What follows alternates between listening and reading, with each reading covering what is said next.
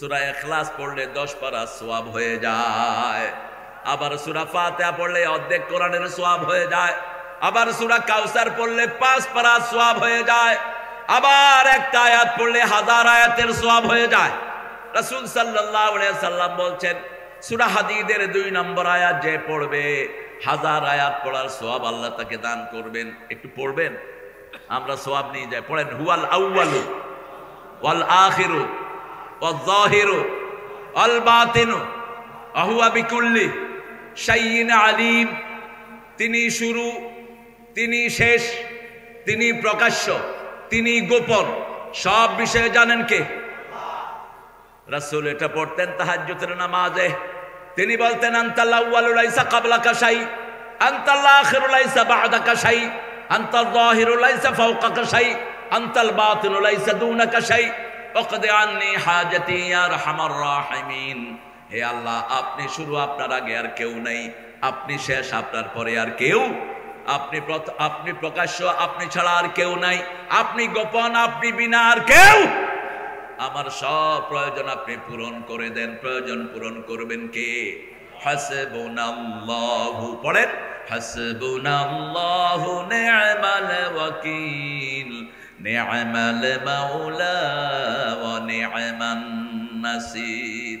আমার যখন ফুরাবে দিন, আসবে গহীন রাতি, থেকো আল্লাহ এ জীবনে হয়ে চির সাথী, আসবে গহীন রাতি। সবচেয়ে বড় বন্ধুকে? জোরে বলেন। রাতের অন্ধকারে আমাকে পাহারা দেয় কে? সূরা জুমারের ভিতরে আল্লাহ বলছেন, মাইয়ুজিবিল মুত্তারি ইযা দাআন। তোমার কলিজায় যখন ব্যথা উঠে, কে তোমার কলিজাকে পাহারা দেয়? তোমার যখন পেটে ক্ষুধা লাগে, সবার আগে কে তোমার খাবার যোগান দিয়ে দেয়? তুমি যখন মায়ের পেটে ছিলা, মায়ের উদরের ভিতরে খাবার যোগান দিয়েছেন কে? সেই আল্লাহ রাব্বুল আলামিন বলছেন, আল্লাহু আখরাজাকুম মিন বুতুনি উম্মাহাতিকুম লা তা'লামুনা শাইআ। সূরা নহলের ভিতরে আল্লাহ বলছেন, আল্লাহ তোমাকে মায়ের পেট থেকে বের করেছেন, তুমি কিছুই জানতে না, সব কিছু শিখিয়ে দিয়েছেন কে? সেই জন্য সেজদা দিব কাকে? আল্লাহ ছাড়া কারো ইবাদত করব? রাসূল 5 ওয়াক্ত নামাজে 2টা দোয়া সব সময় পড়তেন, 2টা আয়াত পড়তেন। তাকবীরে তাহরিমা বেদে এই আয়াত পড়তেন, রাহমাতাল লিল। কথা বলো না, এই তাকবীরে তাহরিমা বেদেই পড়তেন। আপনারা জানেন, আমি শুধু মনে করিয়ে দিচ্ছি। কুল ইন্না সালাতি, পড়েন, কুল ইন্না সালাতি ওয়া নুসুকি ওয়া মাহইয়ায়া ওয়া মামাতি লিল্লাহি রাব্বিল আলামিন। এই আয়াতটা সূরা আনাম থেকে পড়তেন, আর সূরা আরাফ থেকে পড়তেন, ইন্নী ওয়াজ্জাহাতু, পড়েন, ইন্নী ওয়াজ্জাহাতু ওয়াজহিয়া লিল্লাযী ফাতারাস সামাওয়াতি ওয়াল আরদ হানিফান ওয়া মা আনা মিনাল মুশরিকিন। আমি আমার মুখ ফিরিয়ে দিচ্ছি আল্লাহর দিকে, হানিফান, একাগ্রচিত্তে। শিরকের সাথে আমার কোনো সম্পর্ক। শিরক আছে যেখানে আমরা নাই, সেখানে মাজার আছে যেখানে আমরা নাই, মসজিদ আছে যেখানে আমরা আছি, তাবিজ কবর যেখানে আমরা নাই, কোরআন ফু আছে যেখানে আমরা আছি। কোরআন দিয়ে ফু দিবেন। কোন সূরা দিয়ে ফু দেয় সবাই বলেন, জোরে বলেন। আমার উপর হুজুররা খুব খেপা। হুজুরা কয়, আমরা গোপনে কাপনে ফু দিয়ে কিছু পয়সা নিতাম, আপনি এটা বন্ধ করে দিচ্ছেন। গোপনে পড়ে কোন সূরা? সূরা ফাতিহা। পড়ার সময় দেখবেন আস্তে আস্তে পড়ে, যাতে মানুষে টের না পায়। মানুষে মনে করে কি না কি পড়ছে, আসলে কিন্তু কোনো কসুও পড়ে নেই। ওই সূরা ফাতিহা, সূরা ফাতিহা পড়বেন। এটা কোরআনের মা। কোরআনের কি? মায়ের দাম দুনিয়াতে বাপের চেয়ে কগুণ বেশি। কয় গুণ? এই সূরা ফাতিহার গুণ সমস্ত কোরআনের উপরে 10 গুণ বেশি। কয় গুণ? 10 গুণ। এই সূরা ফাতিহা ছাড়া কোনো নামাজ কবুল হয় না। এই সূরা ফাতিহা ছাড়া কোনো দোয়া কবুল হয় না। এই সূরা ফাতিহা কোরআনের ভিত্তি। এই সূরা ফাতিহা যে পড়বে তার সাথে আল্লাহ কথা বলবে। যখনই মন খারাপ হয় সূরা ফাতিহা পড়ুন, মন ভালো করে দিবেন কে? সেই আল্লাহ রাব্বুল আলামিন বলছেন ওয়ালাকাদ আতাইনাকা সাবআম মিনাল মাতানি ওয়াল কুরআনাল আযীম, সূরা হিজর। হে আল্লাহ, আপনি আমার মুহাম্মদ সাল্লাল্লাহু আলাইহি সাল্লামকে 7টা আয়াত দিয়েছেন। রাসূলকে বললেন তোমাকে আমি 7টা আয়াত দিয়েছি, তার সাথে পুরা কোরআনে আযীম দিয়েছি। কোরআনে আযীম তিনি প্র্যাকটিস করার কারণে তার চরিত্র হলো ওয়া ইন্নাকা লাআলা খুলুকিন আযীম। যার সাথে থাকবেন তার নাম হয়ে যাবে, ঠিক তবে ঠিক। যেমন পিতামাতার জন্য আল্লাহ কোরআনের শব্দ ব্যবহার করেছেন, কোরআনের জন্য যে শব্দ, এই শব্দ পিতামাতার জন্য ব্যবহার করেছেন। আল্লাহ সূরা বনী ইসরাঈলের 23 নম্বর আয়াতে বলছেন ওয়াকুল্লাহুমা কাওলান কারীমা, নরম শব্দ ব্যবহার করো। ইন্নাহু লাকুরআনুন কারীম ফি কিতাবিম মাকনুন। সূরা ওয়াকিয়ার ভিতরে আল্লাহ বলছেন এটা কোরআনে কারীম, আর আমাদেরকে বলেছেন পিতামাতার সাথে কারীমের ব্যবহার করবা, নরম ব্যবহার করবা, সম্মানজনক ব্যবহার করবা। তার আগে আরো দুটি শব্দ বললেন লা তাকুল্লাহুমা উফফান ওয়ালা তানহারহুমা, পিতামাতাকে ঝিড়কি দিয়ে কথা বলো না, পিতামাতাকে দেখলে উফ বলো না, অথবা উফের জায়গায় রেখো না। পিতামাতার সাথে সব সময় মাথা ঝাঁকি দিয়ে চোখ গরম করে কোনোদিন যেন কথা বলা না হয়। কিভাবে বলবা? ওয়াকুল্লাহুমা কাওলান কারীমা, নরম নরম কথা বলো। কারীম মানে হলো, কারিমের একটা অর্থ হলো হরিণের মতো, হরিণ, হরিণ কারিম, রিম বলো হরিণ, কারিম বলা হয় হরিণ। হরিণের চাহনিটা কেমন বলেন তো? কথা বলেন না কেন? মানুষের কারো চোখ যদি সুন্দর হয় আমরা কি বলি? হরিণ চাহনি। কি চাহনি? হরিণ চাহনি। ডিয়ার আইস, ডিয়ার লুক, সুন্দর চোখ। হরিণ সব সময় আদরের সাথে তাকায়, হরিণ কোনোদিন হেমনে করে তাকাইতে পারে না। আল্লাহর শব্দ চয়ন দেখেন। পিতামাতার সাথে যখন কথা বলবা আদরের সাথে কথা বলবা, কারণ তুমি যখন ছোট ছিলে সবচেয়ে বেশি আদর করেছেন কে? পিতা এবং মাতা। এরপরে আল্লাহ বললেন এই ভালো ব্যবহার 4টা করে তারপরে দোয়া করবা রব্বির হামহুমা কামা রাব্বায়ানি সগীরা। পড়েন রব্বির হামহুমা কামা রাব্বায়ানি সগীরা। আজকের মাহফিলের নম্বর হলো 43।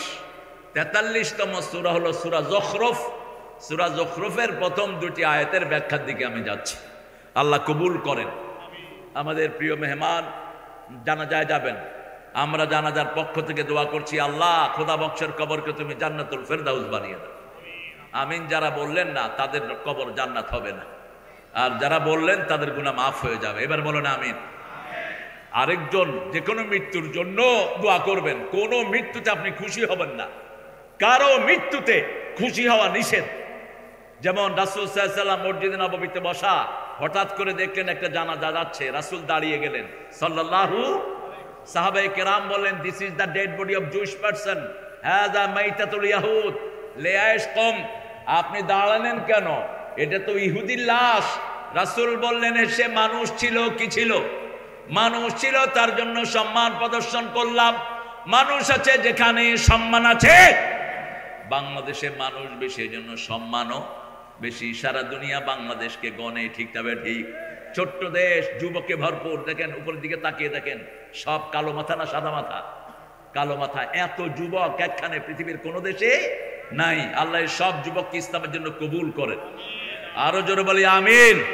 পড়েন আমার সাথে আউযু বিল্লাহি মিনাশ শাইতানির রাজিম বিসমিল্লাহির। তোমরা দুইজন সামনে বসে এই কিসের কথা বলছো? আমি বলছি আউযুবিল্লাহ পড়তে, তোমরা কি এর নাউযুবিল্লাহ শুরু করছো? আউযুবিল্লাহ বললে কার হুকুম পালন হয়? আল্লাহ বলছেন ফাইদা কারাতাল কুরআনা ফাস্তাইজ বিল্লাহি মিনাশ শাইতানির রাজিম। আমরা যে কত ভাগ্যবান, আমাদের প্রত্যেকটা কথার পিছনে দলিল আছে না নাই? আমরা একজন আরেকজনকে বলি কেমন আছেন, ওই ভাইটা বলে আলহামদুলিল্লাহ, এটা কোরআনের প্রথম আয়াত, ঠিক তবে ঠিক। আবার আমরা বলি ভাই আপনি আমার বাসায় যাবেন তো, তিনি বলেন ইনশাআল্লাহ, এটাও কোরআনে আছে না নাই? লা তাকুলান্না লিশাইইন ইন্নী ফাইলুন যালিকা গাদা। আল্লাহ রাব্বুল আলামিন সূরা কাহফে বলছেন, তুমি কখনো বলো না নিশ্চয়ই আমি আগামী দিন ওটা করব, তুমি বলো ইনশাআল্লাহ আমি করব। ঠিক তবে ঠিক। সব কাজের আগে কার নাম লাগাতে হয়? আল্লাহর নাম। আউযু বিল্লাহ বিসমিল্লাহ যখনই পড়বেন শয়তানকে দূর করে দিবেন কে? রাসূলের পাশে একজন সাহাবী বসে বলছেন, এহলে কিয়া শয়তান, শয়তান তুই ধ্বংস হ, শয়তান তুই ধ্বংস হ। রাসূল বললেন, কি বললা? সাহাবী রাদিয়াল্লাহু আনহু বললেন, আমি বললাম শয়তান যেন ধ্বংস হয়। রাসূল সাল্লাল্লাহু আলাইহি ওয়াসাল্লাম বললেন, শয়তান এখন আরো মোটা হয়েছে, আরো তাজা হয়েছে, তোমাকে ধরতে আসতেছে। বলছে, ইয়া রাসূলুল্লাহ আমি কি বলবো? রাসূল বললেন, তুমি আল্লাহর নাম বলবা, শয়তান ছোট হতে হতে মাছির চেয়েও ছোট হয়ে যায়। আউযু বিল্লাহি মিনাশ শাইতানির রাজিম। এখন শয়তান ছোট হতে মাছির চেয়েও ছোট হয়ে গেছে। আল্লাহ রাব্বুল আলামিন এই সূরা শুরু করেছেন হামিম ওয়াল কিতাবিল মুবিন। সারা কোরআনের ভিতরে যেখানে হরফে মুকাত্তাআত সেখানে আল্লাহ কোরআনের প্রশংসা করেছেন, যেখানে বিচ্ছিন্ন অক্ষর দিয়ে কোরআন শুরু করেছেন সেখানে কোরআনের বর্ণনা দিয়েছেন স্বয়ং কে? আল্লাহ রাব্বুল আলামিন। তবে হামিমের অর্থ আমরা জানি না, জানেন কে? বললেই সওয়াব আছে না নাই? এই কোষকরে বসতে বলো, এই উঠো কেন তুমি, বসো। আমরা যতক্ষণ থাকবো মনোযোগ দিয়ে থাকবো, রাজি আছি তো? ইনশাআল্লাহ যোহর পর্যন্ত তো অন্তত চলবে, কি বলেন? হ্যাঁ, অফিস আছে নাকি? হ্যাঁ, আপনারা কথা রেখেছেন, আমিও রাখবো ইনশাআল্লাহ। আপনারা যদি কথা না রাখতেন আমার কথা রাখা সম্ভব হতো না। ওয়াল কিতাবিল মুবিন ইন্না জাআলনাহু কুরআনান আরাবিয়ান লাআল্লাকুম তাআকিলুন। আমি আরবি ভাষায় কোরআন নাজিল করেছি। আমরা যে সূরাগুলো পড়ি কোন ভাষা? আমরা যে আযান দেই কোন ভাষা? একামত দেই কোন ভাষা? সৌদি আরবে গেছে রংপুর থেকে এক ছেলে, আসার পরে পিতামাতা জিজ্ঞেস করছে, বাবা কেমন ছিলে? কয় সব আরবিতে বলে, শুধু নামাজ আর একামত বাংলায় বলে। কারণ এটা সে বুঝে মনে করছে এটাই বাংলা, এটাই কি বাংলা। আসলে নামাজ কি বাংলা নাকি? নামাজ ফার্সি শব্দ, এটার আরবি হলো সালাত, আর একামত আরবি শব্দ। এটা সে বুঝে, এই জন্য সে বলছে বাংলা ভাষা। এমনি ভাবে আমরা কবরে গেলেও সবাই সবার কথা বুঝবো। কবরের ভাষা হবে কি? জোরে বলেন। ফেরেশতা বলবে মার রব্বুক। তো এক হুজুর ওয়াজ করতে গিয়ে বলছে, ফেরেশতা আয়েগা, ফেরেশতা সওয়াল করেगा तुम्हारा रब कौन है, तुम्हारा किताब क्या है, तुम्हारा नबी कौन है।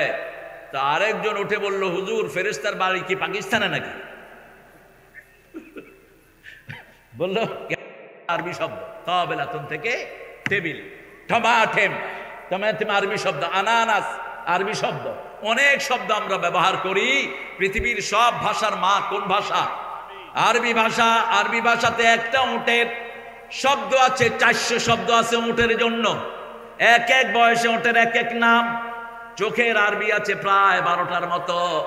এক এক সময় চোখকে এক এক নামে ডাকা হয়।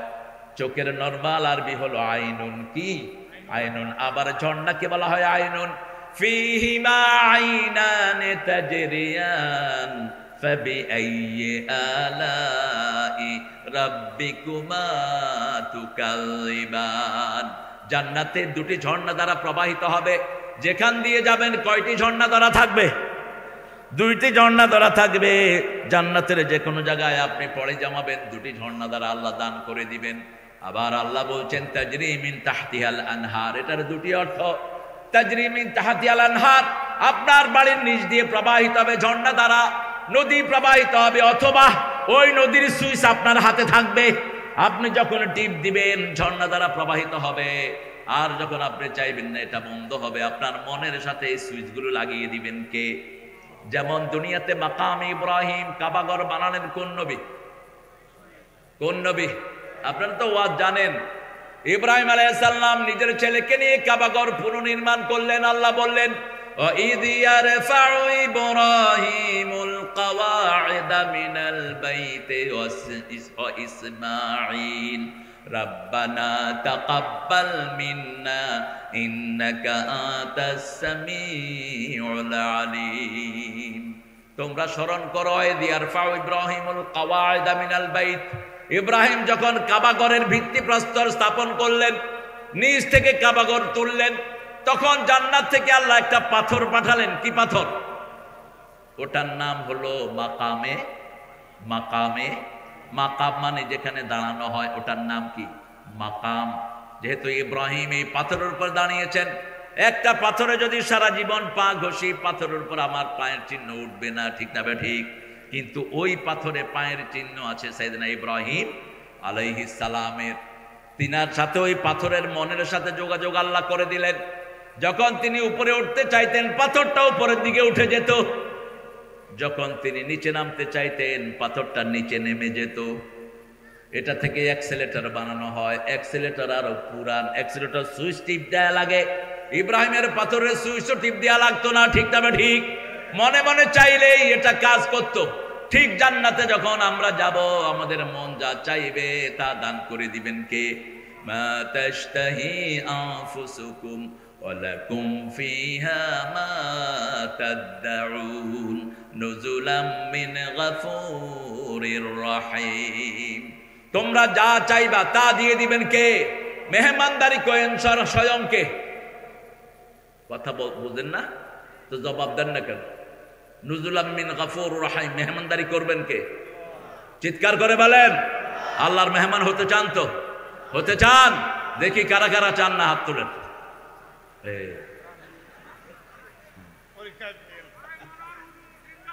আহারে, আল্লাহ কবুল করুক আমার বাবাকে। বসে বসে, আল্লাহ কবুল করুক। আল্লাহ আমার ভাইদেরকে কবুল করুক। আমরা জান্নাতে যেতে চাই তো প্রিয় ভাইয়েরা?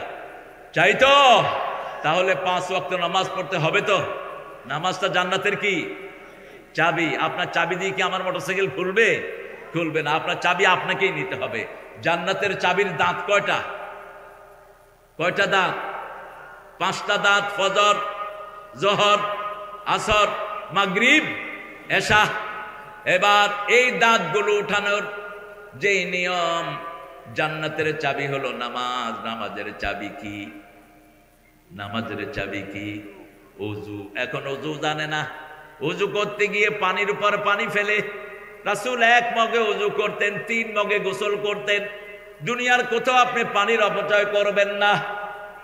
সাগরে থাকলেও পানির অপচয় করা নিষেধ। এক সমুন্দর নে আওয়াজ দি, এক সমুন্দর নে আওয়াজ দি, মুঝকো পানি পিলা দीजिए, मुझको पानी पिला दीजिए, लज्जते गम बढ़ा दीजिए। পানির চেয়ে বড় নিয়ামত আর কিছুই নাই এই পৃথিবীতে। সবচেয়ে বড় নিয়ামত কি? পানি। পানির জন্য হোসাইনের পরিবার কারবালায় মারা গেছে, ঠিক না ঠিক? এই পানির জন্য আজও পৃথিবীর বহু মানুষ মারা যায়। বন্যা হলে কিসের অভাব হয়? কিসের? মানুষ পানির ভিতরে ডুবে, কিন্তু খাওয়ার পানি নাই, ঠিক না ঠিক? এই জন্য আপনাদের উত্তরবঙ্গ যে কত নিয়ামত। উত্তরবঙ্গে একটু নিচে কল গেলেই কি উঠে? কতটুক ডিপ করতে হয়? মাত্র 25 ফিট। ভাই আমার একটা বাড়ি করে দেন, আমি যাব না এখান থেকে। ঢাকা শহরে কত ফিট লাগে জানেন? মাত্র 900 ফিট। তারপরে পানি ওঠে না, ময়লা উঠে, ময়লা।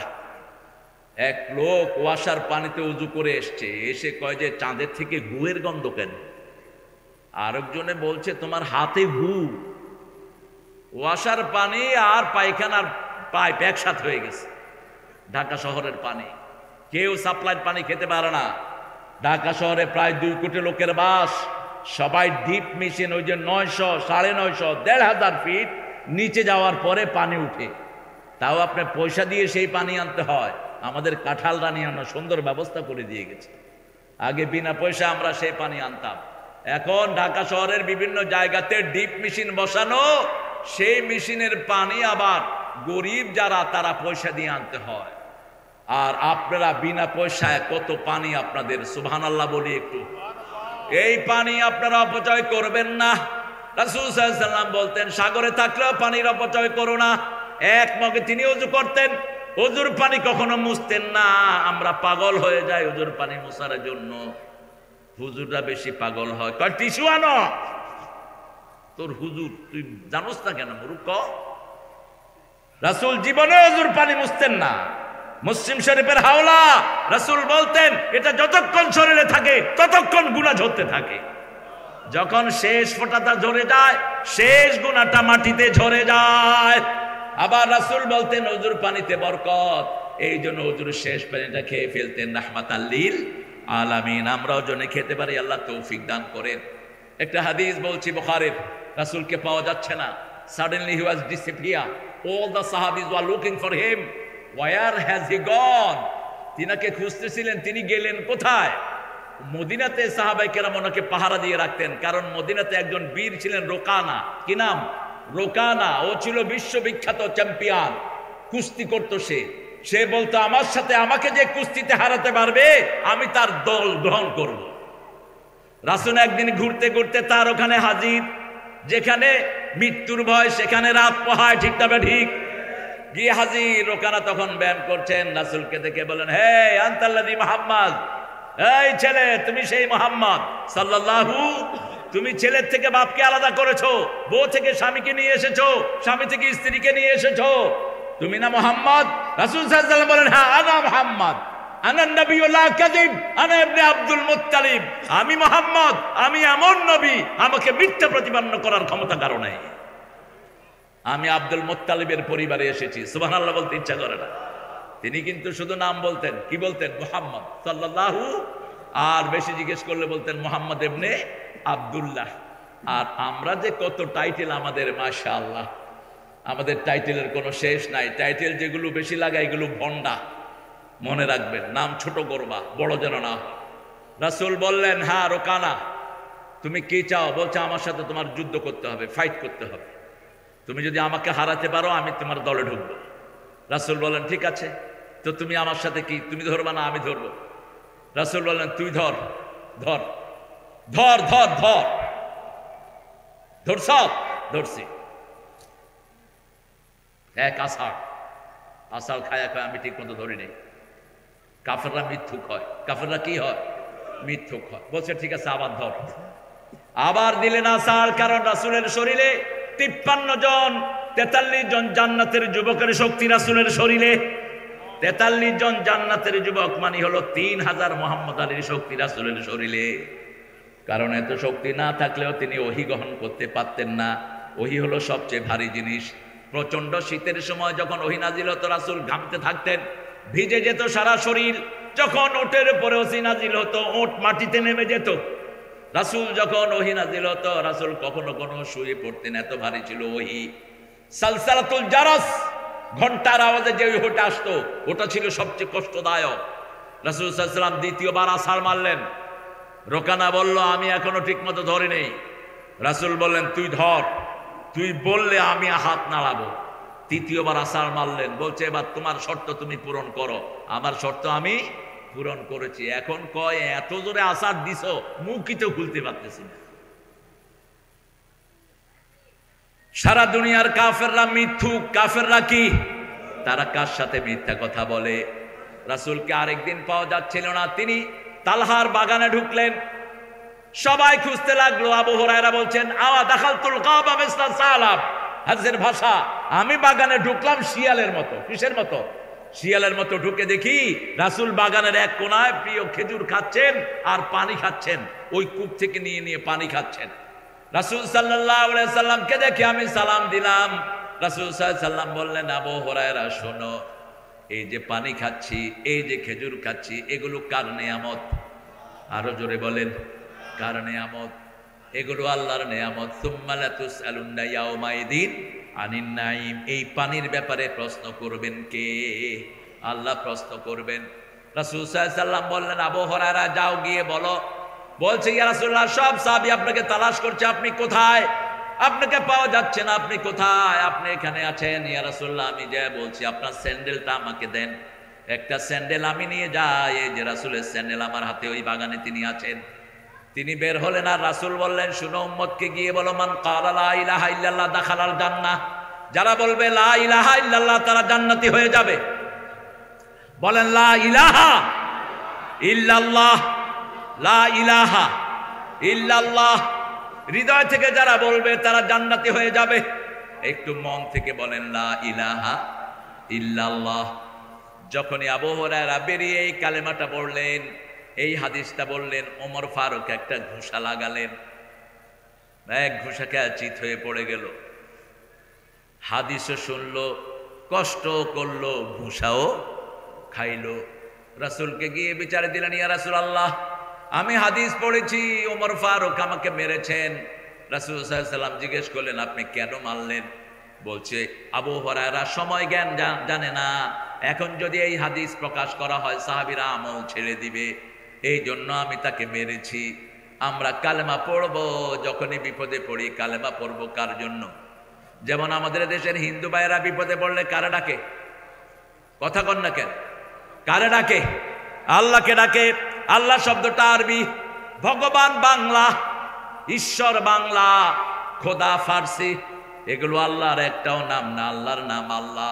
যে একবার আল্লাহ বলবে ৭০ বার আল্লাহ বলেন, তোর কি প্রয়োজন? আমি প্রস্তুত আছি। এই জন্য আমরা বলি সুবহানাল্লাহ, আলহামদুলিল্লাহ, আল্লাহু আকবার, লা ইলাহা। এখন জান্নাতে ৪টা বাড়ি হয়ে গেছে, ৪টা বড় বড় গাছ হয়েছে। আল্লাহু আকবার। এই জন্য যখনই সুযোগ পাবো জিকির করব কার? ইন্না আনজালনাহু কুরআনান আরাবিয়্যান লাআল্লাকুম তা'কিলুন। ইন্নাহু ফি উম্মিল কিতাব লাদাইনা উম্মুল কিতাব লাদাইনা লাদাইনা লিআলিল হাকিম। আল্লাহ বলছেন, আমার পক্ষ থেকে আমি হলাম বিজ্ঞানময়। আল্লাহ কি বিজ্ঞানময়? বিজ্ঞানময় কেন? আপনি কোন রাস্তায় আল্লাহকে ফাঁকি দিবেন আপনার আগে জানেন কে?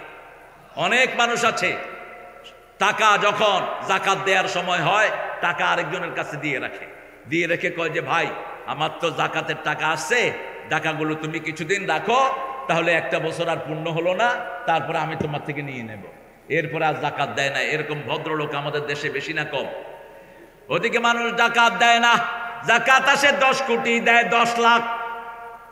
জমির যাকাত দেয় না, জমির ওসর দেয় না। জমি তার 100 মণ ধান হয়েছে, এরকম লোক আছে না নাই? 100 মণ ধান হয়, আল্লাহ বলেছেন যদি বৃষ্টি দিয়ে ফলন হয় 100 মণ থেকে 10 মণ গরিবকে দিবা। কাকে দিবা? প্রতি 10 মণে 1 মণ। আর যদি তুমি বৃষ্টির পানি না হয়, তুমি সেচের ব্যবস্থা করেছ, 20 মণে 1 মণ গরিবকে দিবা। কিন্তু গরিবের কোনো দেয়ার খবর নাই। আল্লাহ বলছেন কোন সময় দিবা? শোনো, ইয়াউমা হাসাদিহি, যেই দিন তুমি ধান কাটবা সেই দিন ধানটা তাকে দিয়ে দিবা। আবার বলেছেন তোমার এলাকায় যদি কোনো খনি থাকে সেই খনির 5 ভাগের 1 ভাগ গরিবকে দিয়ে দিবা। আজকে বাংলাদেশে খনি থেকে কয়লা উঠছে স্বাধীনতার পর থেকেই, ঠিক না ঠিক? কিন্তু একটা টাকাও গরিবকে দেয়া হয় না, সবগুলো চোর ডাকাতেরা ভাগ করে নিয়ে যায়। এই জন্য কোনো বরকত নাই। আল্লাহ বলছেন, ও নবী বলে দাও, খনি যেখানে থাকবে সেটার 5 ভাগের 1 ভাগ গরিবরা পাবে, ঠিক না ঠিক? আর যদি তোমার 25টা ছাগল থাকে তাহলে একটা ছাগল গরিবকে দিবা, যদি নিজে কোনো ছাগলের খাওয়ানোর ব্যবস্থা না করো।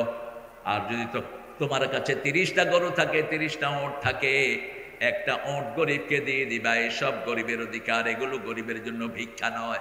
আপনি যদি যাকাত আদায় না করেন, আল্লাহ রাব্বুল আলামিন বলছেন, ও নবী বলে দাও, এই যাকাতকে সাপ বানিয়ে তার গলায় পেঁচিয়ে দেওয়া হবে, তার গাল কামড়াতে থাকবে আর বলবে আনা কানজুকা আনা মালুকা। আরো বড় অপরাধ উত্তরবঙ্গে সংঘটিত হচ্ছে। আমরা কোরআন পড়ি কিন্তু মোহরানা দেই না। মোহরানা বাকি না ফাঁকি? কথা বলেন। মোহরানা সুন্নত না নফল? হ্যাঁ, যারা দেয় না ওরা কয় সুন্নত। সুন্নত পড়লে পড়লাম, না পড়লে নাই। আল্লাহর আইন, আল্লাহর হুকুম, এটা সুন্নত না ফরজ। তো মোহরানা দেয়া কি? কোন সূরা আছে মোহরানার কথা বলেন? সূরা নিসা, বেরিদের সূরা, মাদের সূরা। মায়ের দাম ইসলামে বেশি না কম? কিন্তু আপনাদের কাছে কম। দিনাজপুর, রংপুরে মেয়েদের মোহর বেশি না যৌতুক বেশি?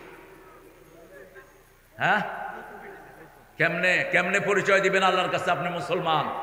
ওই মাটা মাফ না করলে আপনাকে আল্লাহ মাফ করবে না। যারা যৌতুক দিচ্ছ, যৌতুক নিয়েছ, মোহরানা দাও নাই, তোমাদের বিয়ে হয় নাই। যে কোনো মুফতির থেকে ফতোয়া নাও, তোমাদের বিয়ে হয় নাই। তোমরা যারা মোহরানা দাও নাই, বিয়ে হয় নাই। মোহরানার বাকি কিছু নেই। একজন নবীও মোহরানা বাকি রেখে বিয়ে করেন নাই, বিয়ে পড়ানো নাই। রাসূল সারা জীবন যতগুলো বিয়ে পড়িয়েছেন মোহরানা কি ক্যাশ। নিজে মা খাদিজাকে 19টা ওট দিয়ে মোহরানা আদায় করে তারপরে বলেছেন কবুল।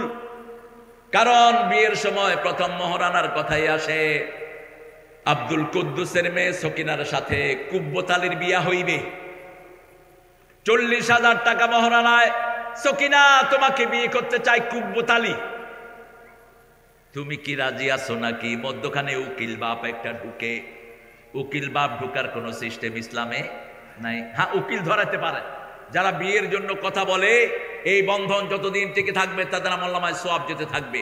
বিয়ে করানোর মতো এত সওয়াবের কাজ আর কিছুই নাই। কিন্তু উকিল নিয়োগ করে পর্দা লঙ্ঘন করবেন এই সিস্টেম ইসলামে নাই। তখন মেয়েটা চুপ করে থাকে, লোকেরা বলে মেয়ে সম্মতি দিয়েছে। এখন কুব্বত আলীর কাছে গিয়ে বলে, কুব্বত আলী, আব্দুল কুদ্দুসের মেয়ে সকিনা 40,000 টাকা মোহরানায় তোমার বন্ধনে আবদ্ধ হতে চায়। কথা ঠিক আছে তো? কথা বলেন না কেন? এখন কুব্বত আলী কি করবে? কবুল। কি বলল? কবুল। তো কবুল কি করলো সে? আগে মোহরানা। আগে কি? তো মোহরানা দিলি না কেন? তুই কোত্থেকে পেয়েছো এটা? বাকি। বাকির নাম হচ্ছে ফাঁকি। মেয়ের মোহরানা দিবেন, এটা তার হক। 1 পয়সাও যদি মেয়ে খরচ না করে সে গুনাহগার হবে না। এই কিতাব তার প্রমাণ। আর-রিজালু কাওয়ামুনা আলান নিসা ফিমা আনফাকতুম। খরচের যোগ্যতা যাদের আছে তারা যেন বিয়ে করে, যারা খরচ চালাতে পারবে না তাদের বিয়ে করার দরকার নাই। রাসূলের কাছে এক সাহাবী মহিলা এসে বলছেন, জাউইজনি ইয়া মুহাম্মদ, হে মুহাম্মদ আপনি আমাকে বিয়ে করেন। রাসূল সাল্লাল্লাহু আলাইহি ওয়াসাল্লাম লজ্জায় পড়ে গেলেন, নিচের দিকে তাকিয়ে আছেন। আরেক সাহাবী এসে বলছেন,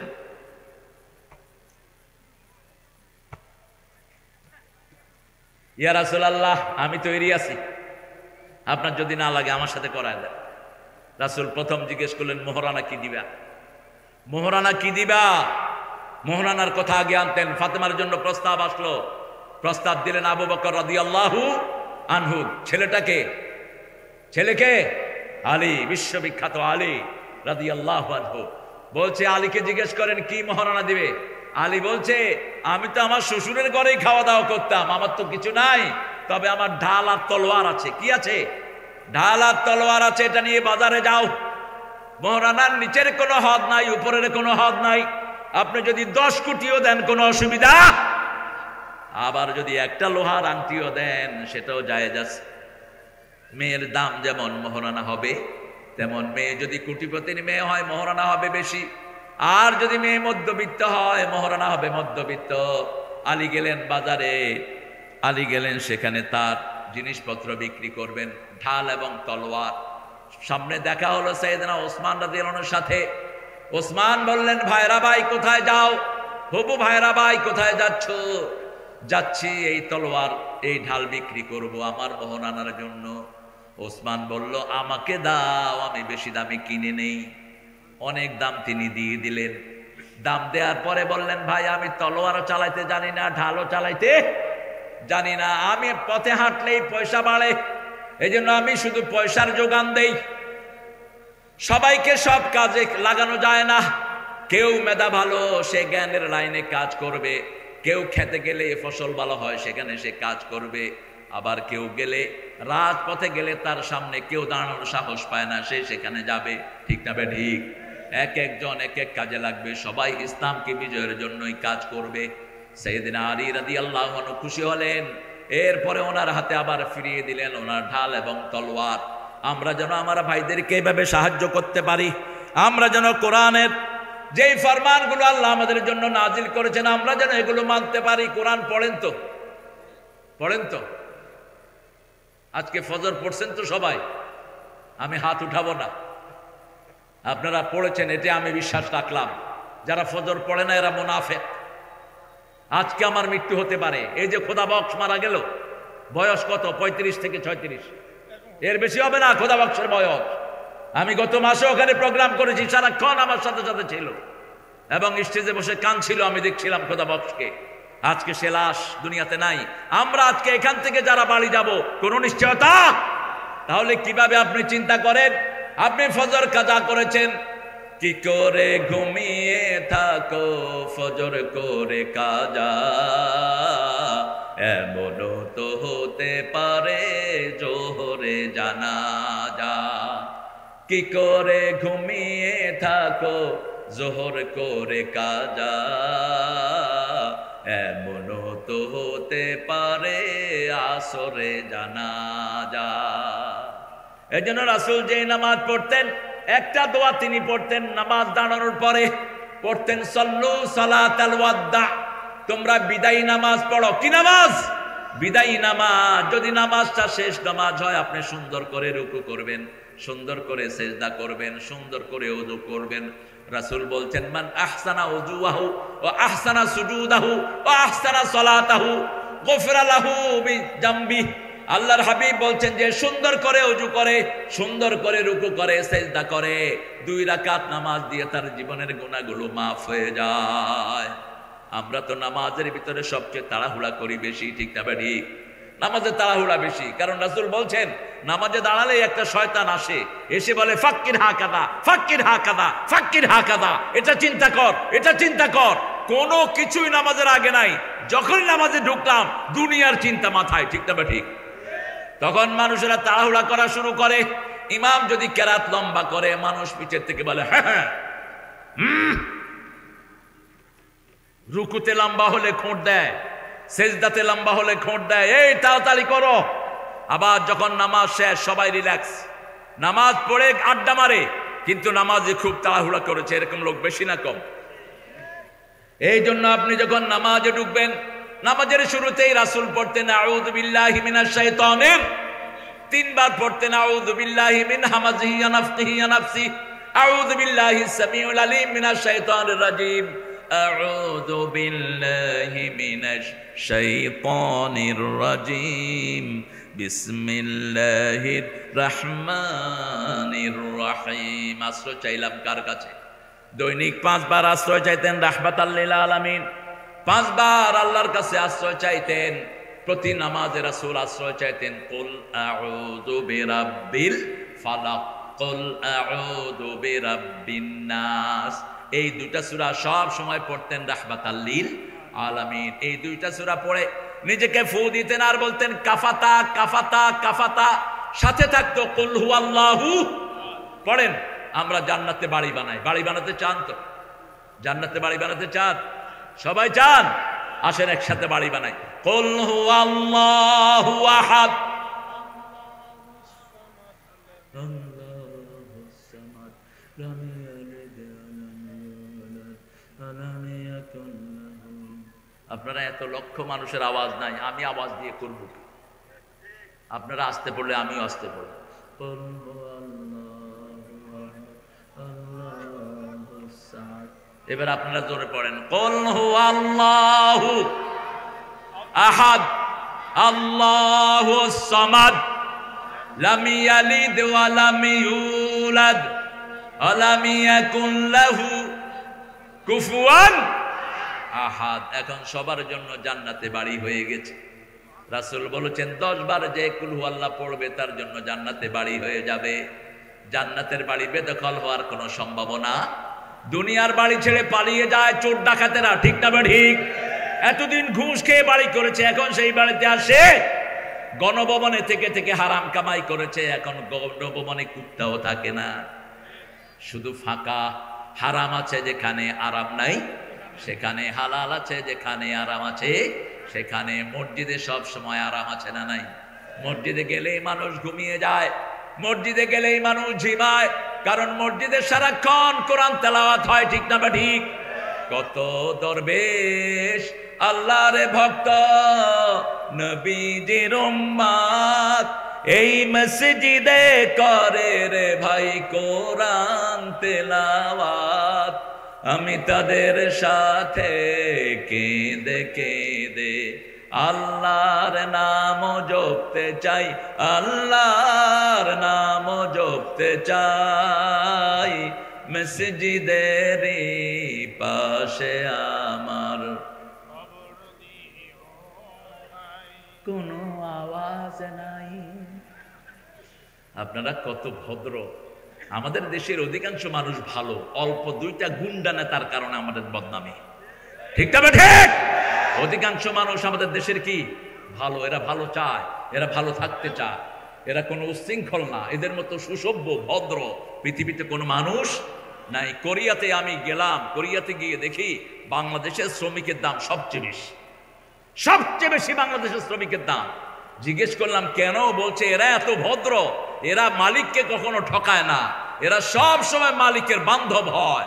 আমাদের দেশেও দেখেন আমরা যাদেরকে কাজের লোক নেই, এরা সব সময় আমানতদার হয়। ঠিক না ঠিক? সবচেয়ে বেশি কাজ করে আমাদের মায়েরা, আমাদের মায়েদের চেয়ে এত বেশি কাজ দুনিয়াতে আর কেউ করে না। বাংলাদেশের মেয়েরা হলো সর্বশ্রেষ্ঠ মেয়ে।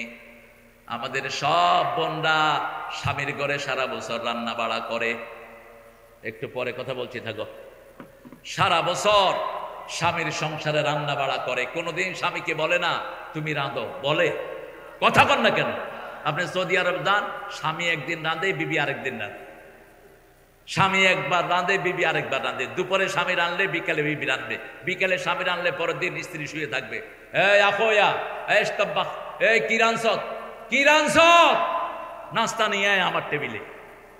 আর আমাদের বেগমরা এটা কত দূরের কথা, কখনো স্বামীকে কোনো আদেশ দেয় না। স্বামীকে আপনি করে কয়, আর স্বামী কয় তুই কয়া। কি হলো এখন দিলা কেন? দেখছেন স্লিপ দেওয়া শুরু করছে। আমার দোষ নাই, দোষ কাদের? মামুর বেটা। কি সুন্দর একটা শব্দ চাপাইল লোকেরা ব্যবহার করছে, মামুর বেটা, কি লাড়তে কি লাড়িচ্ছ। ওদের ভাষা সুন্দর, ওরা আম খায় তো, গলা খুব মিষ্টি, ভালো আছে, সুন্দর করে কথা বলে। ওরা কিন্তু শিন বলতে পারে না, আসসালাম আলাইকুম, আসসালাম আলাইকুম, চাপাই। তো সুন্দর ভাষা হয়েছে। আল্লামা সাইদি বলতেন বাংলা ভাষার জন্ম হলো নদিয়া শান্তিপুরে, এটা পরিপূর্ণতা পেয়েছে রাজশাহী কুষ্টিয়াতে, এটা আহত হয়েছে ঢাকায়, নিহত হয়েছে চট্টগ্রামে, দাফন হয়েছে কক্সবাজার। আহত নিহত দাফন সব করে ফেলছে। এই জন্য আরবি ভাষায় আমরা সবই শিখবো। রাজি আছেন না নাই? বিশেষ করে সূরা ইখলাস 100 বার পড়বো। কে কে রাজি আছেন একটু হাত দেখান। আল্লাহ এই হাতগুলো আপনি কবুল করেন। আরো জোরে বলি আমিন। এবার বলে দেই ফায়দাটা কি হবে। 100 বার সূরা ইখলাস যারা পড়বে তারা যা চাইবে কবুল করে নিবেন কে? তাদের ঘরে কখনো বিপদ আসবে, তারা সব পরিবার সহ সুস্থ থাকবে, আর জান্নাতে তার জন্য আল্লাহ 10টা বড় বড় প্রাসাদ বানায়া দিবে। আল্লাহ খুশি হন সবচেয়ে বেশি কোন সূরা পড়লে? কোন সূরা? সূরা ইখলাস। আল্লাহ বলতেন ও নবী বলে দাও সবার সবকিছুর সাথে সম্পর্ক থাকে, আমার সম্পর্ক হলো সূরা ইখলাসের সাথে। যে ইখলাস পড়বে তার সাথে আমি আল্লাহর সম্পর্ক হয়ে যাবে। রাসূল কুল ইয়া আইয়ুহাল কাফিরুনের সাথে ইখলাস পড়তেন। রাসূল বলতেন যারা রাতের বেলায় কুল ইয়া আইয়ুহাল কাফিরুন পড়ে তাদের শরীরের বিষ ব্যথা দূর করে দেন কে? আবার মায়েদের জন্য বলেছেন মা ফাতেমা। রাসূল সাল্লাল্লাহু আলাইহি ওয়াসাল্লাম গনিমতের মাল বন্টন করছেন, তিরমিজির বর্ণনা। মা ফাতেমা গেলেন, রাসূল যখন মা ফাতেমাকে দেখতেন অস্থির হয়ে যেতেন। মা ফাতেমাকে দেখলেই তিনি সব কাজ ফেলে ফাতেমার ডাকে সাড়া দিতেন। রাসূল এত ব্যস্ত ছিলেন, গনিমতের সম্পদ বন্টন করছেন। He didn't have the time to receive the Fatema. তিনি ফাতেমাকে রিসিভ করতে পারলেন না। তাড়াতাড়ি সব বন্টন করে দিয়ে ফাতেমার বাসায় চলে আসলেন। মা উম্মি, মা বিক, মা তুমি আমাকে দেখতে গিয়েছিলে, মা কোনো কথা আছে তোমার? মা মা ফাতেমা লজ্জা পেয়ে গেলেন। আলীকে বললেন তুমি বলো। আলী বলছেন আপনার মেয়ে ফাতেমা জাতা ঘুরাতে ঘুরাতে হাতে দাগ পড়ে গেছে, কলসি টানতে টানতে কোমরে দাগ পড়ে গেছে। ত্রিভুবনের সর্দারের মেয়ে, যিনি চাইলে উহুদ পাহাড় স্বর্ণ হয়ে যেত, যিনি আঙ্গুল তুললে চাঁদ 2 টুকরা হয়ে যায়, যিনি পা উঠালে 7 আকাশে চলে যান, তার মেয়ের একটা কাজের লোক নাই। তিনি বলছেন আব্বা আমার বড় কষ্ট হয়। রাসূল বলেন আর কিছু বলবা আলী? বলছেন আর কিছুই না। এবার রাসূল বললেন ও ফাতেমা ইত্তাকিল্লাহ, আল্লাহকে ভয় করো, নিজের কাজ নিজেই করো। যারা নিজের কাজ নিজে করে তাদের কোনো রোগ ব্যাধি হয় না। তবে একটা জিনিস তোমাকে শিখিয়ে দিচ্ছি মা ফাতেমা, 1000 গোলাম রাখলে যেই লাভ না হতো, এই আমলটা করলে তার চেয়ে বেশি লাভ আল্লাহ দান করে দিবেন। দুনিয়াতেও দিবেন, আখিরাতেও দিবেন। তুমি যখন বিছনায় যাবা, ইদা আওয়াইলা ফিরাশি, when you going to the bed, তুমি যখন বিছনায় যাবা তখন 33 বার পড়বা সুবহানাল্লাহ, 33 বার আলহামদুলিল্লাহ, 34 বার আল্লাহু আকবার পড়বা। তোমার শরীরের যত কমতি আছে সব পূরণ করে দিবেন কে? এই জন্য উঠতে বসতে জিকির করলে শরীরটা ভালো রেখে দেন কে? এই জন্য আল্লাহ বলছেন, ইয়া আইয়ুহাল্লাযীনা আমানু যকুরুল্লাহা যিকরান কাসীরা ওয়া সাব্বিহুহু বুকরাতান ওয়া আসীলা। হে আমার বান্দা বান্দিরা, হে আমার মুমিনেরা, তোমরা আল্লাহর জিকির করো সবচেয়ে বেশি, আর তাসবিহ করো সকাল সন্ধ্যায়। জিকির বলা হয় কোরআনকে, জিকির বলা হয় পিতামাতার সাথে ভালো ব্যবহারকে, জিকির বলা হয় স্বামী স্ত্রীকে সুন্দর নামে ডাকাকে। কোন বিবিকে বাজে নামে ডাকবেন না। রাসূলের সুন্নাহ বিবির জন্য দোয়া করা, বিবির সাথে নফল পড়া, বিবিকে নিয়ে ভাত খাওয়া, বিবির হাত ধরে বিবির মুখে খাওয়া দিয়ে দেয়া। রাসূল সাল্লাল্লাহু আলাইহি ওয়াসাল্লাম ঘরটা ঝাড়ু দিতেন, আপনারাও ঝাড়ু দিবেন। রাসূল নিজের কাপড়টা নিজে ধুইতেন। কতজন স্ত্রী ছিল? কতজন? 11। আপনাদের কয়জন করে আছে? একজনের অভাবই তো পূরণ করতে পারেন না, আরেকজনের কথা কোন কেমনে?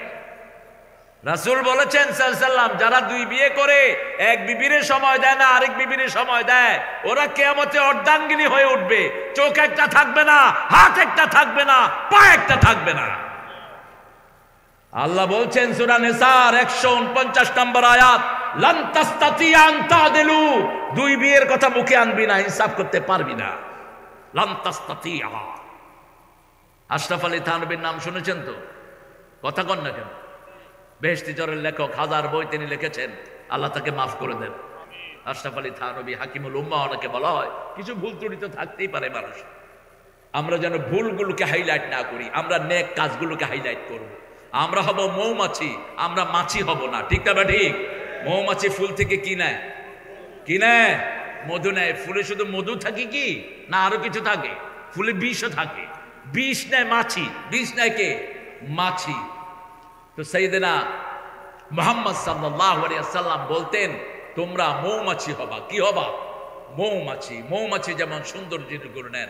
আশরাফ আলী থানভী যখন 2 বিয়ে করলেন, প্রত্যেক রাতেই ঘরে গেলে কিলাকিলি। ছোট বউকে বড় বড় এটা করছো, বড় বউকে ছোট বড় এটা করছো, আমার এটা দিলা না কেন? সালিশ মামলা আছে না নাই? আপনারা তো ভালো মানুষ, আপনার 4টেও পালতে পারবেন, বেশি ভালো আপনারা। আশরাফ আলী থানভী রাহমাতুল্লাহ আলাইহি সিদ্ধান্ত নিলেন, আমি ছোট বড় ছেড়ে দেব।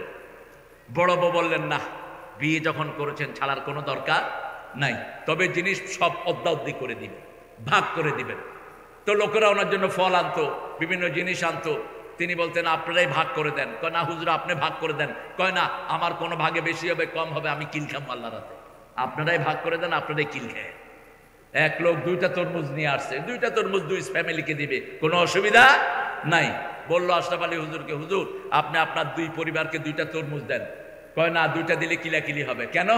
ছোটটা যদি মিষ্টি হয়, আরেকটা যদি মিষ্টি কম হয়, বড় বউ কই মা আমারে মিষ্টি কমটা দিলি কেন? এই জন্য তরমুজ অর্ধেক করেন, অর্ধেক করে এখান থেকে 1 অর্ধেক, ওখান থেকে 1 অর্ধেক, 2 অর্ধেক মিলে 2 ফ্যামিলি দেন। এত সহজ নয় ইনসাফ করা। মা আয়েশা বলতেন, 11 বিবিকে সমান চোখে দেখতেন রাহমাতাল লিল। একদিন এক বিবি এসে বলছে, ইয়া রাসূলুল্লাহ, আপনি কোন বিবিকে বেশি ভালোবাসেন? রাসূল বললেন, আগামীকাল আমি এটার জবাব দেব। সব বিবিকে 2টা করে খেজুরি দিলেন, আর বললেন কাউকে বলবা না। 2টা করে আয়েশাকে দিলেন, তুমি কাউকে বলবা না। হাফসাকে দিলেন, বলবা না। তারপরে আমাদের প্রিয় উম্মে সালমাকে দিলেন, বলবা না। জুয়াইরিকে দিলেন, বলবা না। মারিয়া কিপ্তিকে দিলেন, বলবা না। এবার সবাই একত্রিত হয়েছে। সবার হাতে কয়টা করে খেজুর? জোরে বলেন। সবাই তো আর নিয়ে আসে নেই। এবার রাসূল বললেন, আমি যাকে গত রাতে 2টা খেজুর দিয়েছি, আমি তাকে সবচেয়ে বেশি ভালোবাসি। এদিকে মানা করেছেন, তুমি ওরে বলবা না, ও তোমারে বলবে না। কেউ কাউ কাছে বললেন না। সবাই মনে করলেন আমাকেই সবচেয়ে বেশি ভালোবাসে। মা আয়েশা বলতেন, রাসূল সাল্লাল্লাহু আলাইহি ওয়াসাল্লাম সব বিবিকে সমান সময় দিতেন, সমান খাওয়া দিতেন, সমান কাপড় দিতেন। শুধু আমার জন্য ভালোবাসা বেশি থাকার কারণে আমার ঘরেই তিনি মৃত্যুবরণ করেছেন, আমার ঘর তার কবর হয়েছে। আমার প্রতি মনের টান বেশি থাকার কারণে তার নামাজের সামনে দিয়ে যাওয়ার অনুমতি আমি পেয়েছি। আমার প্রতি টান বেশি থাকার কারণে মনে আমার চরিত্রের সার্টিফিকেট কে দিয়েছেন? আল্লাহ দিয়েছেন। আমার প্রতি টান বেশি থাকার কারণে সবচেয়ে অল্প বয়সে আমি রাসূলের বিবি হওয়ার সৌভাগ্য অর্জন করেছি। আমার প্রতি টান বেশি থাকার কারণে একবার শুনলেই যে কোনো জিনিস আমার মুখস্থ হয়ে যেত, দ্বিতীয়বার তিনি শুনতে হতো না। মনের টানের উপর কারো হাত নেই, কিন্তু দুনিয়াবি অ্যাফেয়ার্সে আপনি কাউকে কমাতে পারবেন না। আমাদের মেয়েগুলো বড় পরিশ্রমী, একটু ভালো কথা শুনলেই তারা খুশি হয়, আর আমাদের জামাইরা কোনো অ্যাপ্রিসিয়েশন দেয় না। আল্লাহ বলছেন আশিরুহুন্না বিল মারুফ, বিবির সাথে সবচেয়ে সুন্দর ব্যবহার করো। বিবির জন্য মারুফ শব্দ পাঁচবার ব্যবহার করেছেন, আর বাপ মায়ের জন্য একবার। সাহিবহুমা ফিদ দুনিয়া মারুফা, পিতামাতার সাথে দুনিয়ার জীবনে সবচেয়ে ভালো ব্যবহার করবা। আর বিবির জন্য বলেছেন আশিরুহুন্না বিল মারুফ, ফারিকুহুন্না বিল মারুফ, সাররিহুন্না বিল মারুফ, মাতাআন বিল মারুফ, হাক্কান বিল মারুফ। যদি রাখো সবচেয়ে ভালো ব্যবহার দিয়ে রাখবা, যদি বিদায় করো সবচেয়ে ভালো ব্যবহার দিয়ে বিদায় করবা, যদি কিছুদিন দূরে থাকে সবচেয়ে ভালো ব্যবহার দিবা, যদি তাকওয়ার রাস্তায় আনো সবচেয়ে ভালো ব্যবহার দিবা, যদি কোনো হক দাও সবচেয়ে ভালোটা তাকে দিবা। আমাদের একটা বাজে খাসলত আছে, বাপের জমি যখন বন্টন হয় ছেলেরা ভালোটা নেয়, মেয়েরা কথা কহে। আরে আমার বড় ভাই অনেক বড় আলেম, অনেক বড় জ্ঞানী, কোরআন শরীফ অর্থ সহ প্রায় 10 বার শেষ করেছে। তায়েফের ইসলামী আন্দোলনের লিডার ছিলেন তিনি, অত্যন্ত বড় জ্ঞানী। তিনি আমাকে বলছেন তারেক, আমাদের 3 বোন আছে, বোনরে ওই পিছনের জমি দিয়ে দিছে। আমি বললাম বড় ভাই, বোনকে পিছনের জমি দিতে হবে কোন হাদিসে এসেছে, কোন কোরআনের আয়াতে এসেছে? বরং বোনের কথা আগে, যেন বোনকে দিতে হবে আগে, বোন নেয়ার পরে ভাইরা নিবে। দলিল হলো সূরা লোকমান, ওয়াসাইনাল ইনসানা বিওয়ালিদাইহি হামালাতুহু উম্মুহু ওয়াহানান আলা ওয়াহান ওয়া ফিসালুহু ফি আমাইন আনিশকুরুলি ওয়া লিওয়ালিদাইহি ওয়া ইলাইয়াল মাসির। ও গো মা, তুমি এই ধরনের শ্রেষ্ঠ নেয়ামত, তোমারই পদ তলে রয়েছে জান্নাত। মায়ের পায়ের তলা কি? মেয়েদেরকে বানানো হয়েছে কোথায়? জান্নাতে। এই জন্য মেয়েরা সুন্দরী, মেয়েরা সাজে, জান্নাত সাজানো থাকে। আল্লাহ বলছেন ও নবী বলে দাও 5 ওয়াক্ত নামাজে যারা যায় আমি তাদের জন্য জান্নাতকে সাজায় রাখি। এই মেয়েরা কখনো না করে না, ইনফিনিটি। যত চায়, যত পায় তত চায়, ঠিক না ঠিক? এটা তাদের দোষ নয়। আপনি যদি 10টা শাড়ি দেন, জিজ্ঞেস করেন আর লাগবে, দিলে ভালো হয়। দিলে কি হয়? ভালো হয়। খুব বিনয়ের সাথে বলে, আবার হঠাৎ রাগ করে, আবার রাগ ঠান্ডা হয়ে যায়। রাগ করে আপনি বললেন আমার সাথে খামু না, সারাদিন কাম করাও, খামু না। খুব রাগ করলো, আপনি কি করলেন? আপনি করলেন তুই খাবি না, তোর বাপই খাবে, সংসার শেষ। আপনি সেটা করবেন না। রাসূল বলছেন মেয়েরা গ্লাস, মেয়েরা কি গ্লাস, গ্লাসে ময়লা হলে কি করে? আস্তে আস্তে করে মাজেন, গ্লাসটা কি হয়ে যায়? ফকফকা। যখনই রাগ করলো, আপনি জানেন আপনার বউ আংটি পছন্দ করে, বউ 2টা আংটি তোমার জন্য অর্ডার দিছে, 3টা। কোন সময়, কখন দিবা বলো? রাগ আছে? রাগ আছে? অনেক বউ বাপের বাড়িতে যাওয়া পছন্দ করে, বান্ধবীদের সাথে। আপনি নিয়ে এসছেন চাড়াল, বাপের বাড়িতে যেতে দেন না, আপনি সহ বেড়াবেন। রাসূল সাল্লাল্লাহু আলাইহি ওয়াসাল্লাম ছোট্ট আয়েশার সাথে দৌড় দিতেন। নজরুল সেই চিত্র দেখলেন, চিত্র দেখে কবিতা লিখলেন, ছন্দে ছন্দে দোলে আনন্দে আমি বন ফুল গো, বনের পাখি আমায় চিনে পাপিয়া বুলবুল গো, ছন্দে ছন্দে দোলে আনন্দে আমি বন ফুল গো। 6 বছর বয়সে বিয়ে করলেন, 9 বছরে ঘরে তুলে নিলেন। আর ঠাকুর মিয়া 5 বছর বয়সে ঘরে তুলে নিলেন। বহু হিন্দু বহু হিন্দু জমিদার 4 বছর 6 বছর 8 বছর বয়সে বিয়ে করে ঘরে নিয়ে গেছে, কিন্তু রাসূল নিলেন 9 বছরে। আজকের মেডিকেল সায়েন্স বলছে একটা মেয়ে 9 বছরে বালেগা হয়। আমেরিকার টেক্সাসে একটা নিয়ম আছে, কোন 9 বছরের মেয়ে যদি কোনো ছেলেকে পছন্দ করে বিয়ে করে, বিয়ে ভ্যালিড, বিয়ে ভ্যালিড। কিন্তু আমরা আমাদের দেশে আমরা বয়স নির্ধারণ করেছি কত বছর? এই মঞ্জুর ভাই কথা বলিস কেন? আপনাদের কষ্ট হচ্ছে? আমাদের বিয়ের বয়স কত?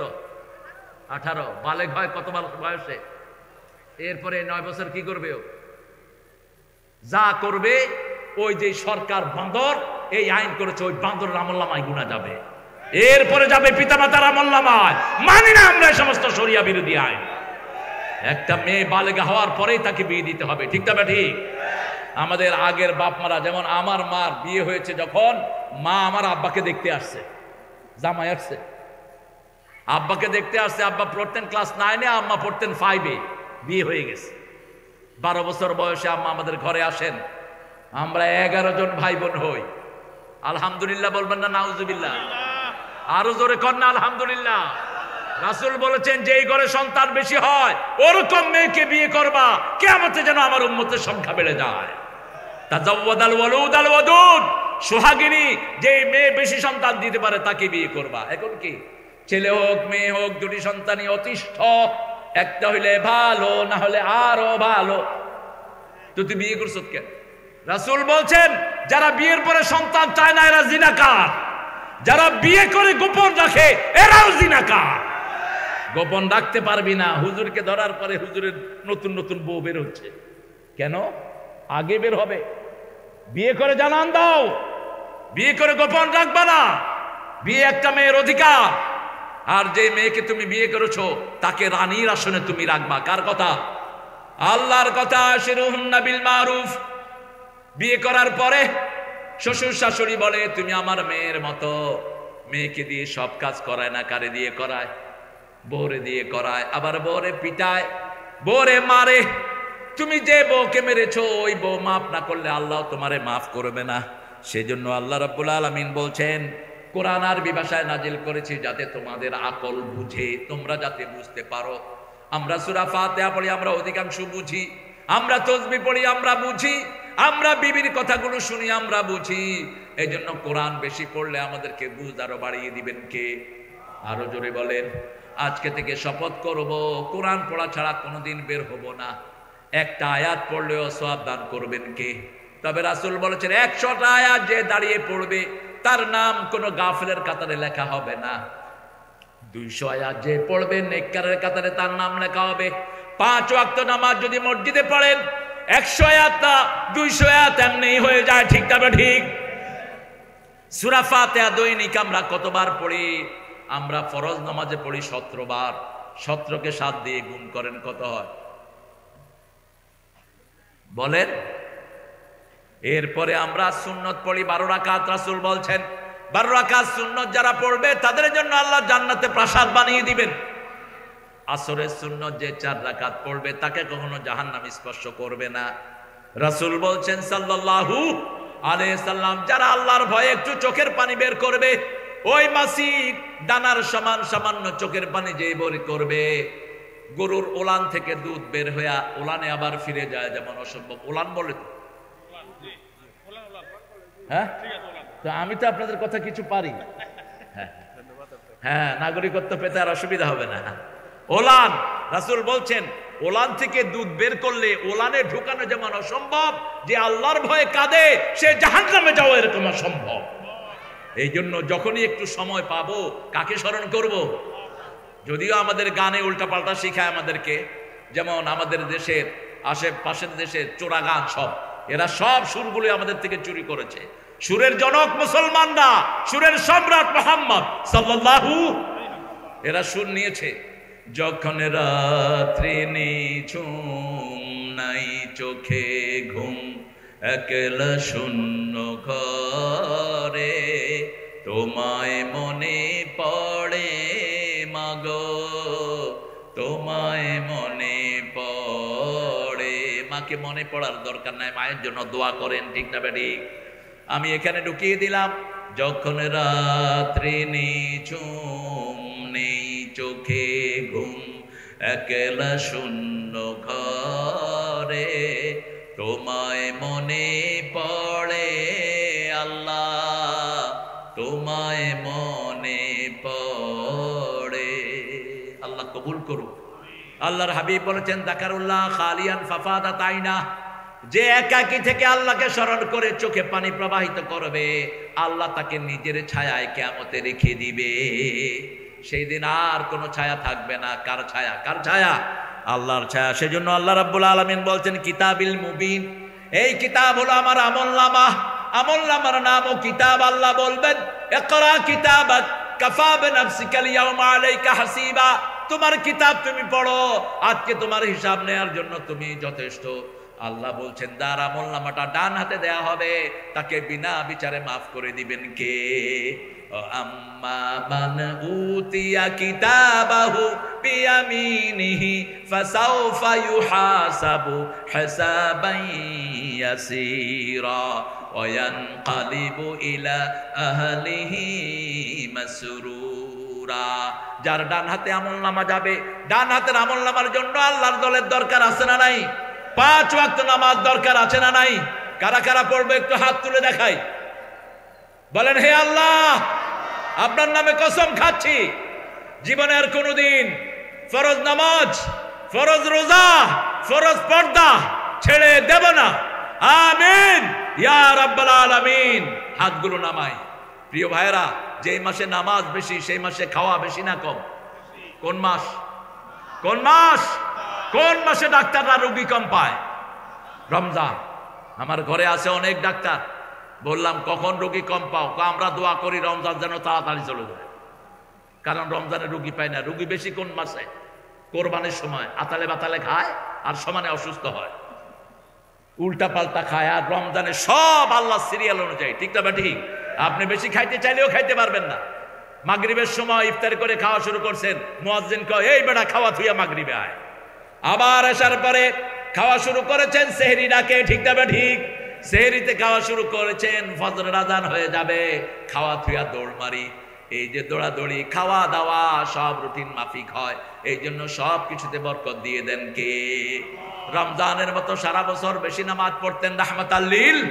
প্রতিদিন 50 রাকাত নফল পড়তেন। কয় রাকাত? 50 রাকাত। হিসাব নেন, 12 রাকাত সুন্নাত। কত রাকাত? রাতে পড়তেন 11 রাকাত।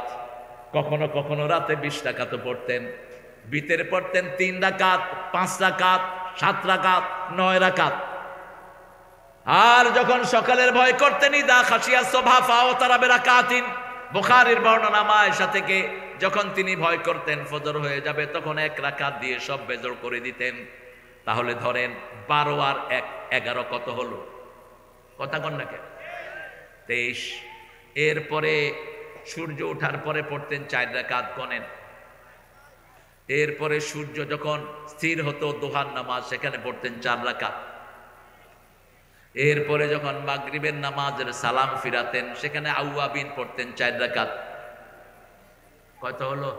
35। এরপরে যখন সলাতুল হাজাত, কোনো প্রয়োজন আছে, সেখানে পড়তেন 4 রাকাত। কত হলো? ইস্তেখারা, কোনো কাজ করবেন, যেমন বাচ্চাকে বিয়ে দিবেন, অথবা ব্যবসা শুরু করবেন, অথবা কোনো নতুন সিদ্ধান্তে যাবেন, 4 রাকাত সলাতুল ইস্তেখারা পড়তেন। কত রাকাত হলো? 43। এরপরে সূর্য গ্রহণের সময় পড়তেন 4 রাকাত। কত রাকাত হলো? এরপরে যখন বৃষ্টি হতো না, কোন রকমের প্রাকৃতিক দুর্দশা দেখা দিত, তখন পড়তেন 4 রাকাত। কত হলো? আর বলবো? থাক, এতটুক থাক। এরপরে 17 রাকাত ফরজ। সারাদিন নামাজ আমরা কতটুক পড়ি? হাঁপিয়ে পড়ি এমনি। আপনি যখনই আজান হয় মসজিদে গিয়ে ফরজটা পড়ে ফেলেন। ফরজ পড়বেন, আপনার জিম্মা আজায়, ঠিক না? ঠিক। এখন সুন্নত পড়লে ফজরের ভুলগুলো মাফ করে দিবেন কে?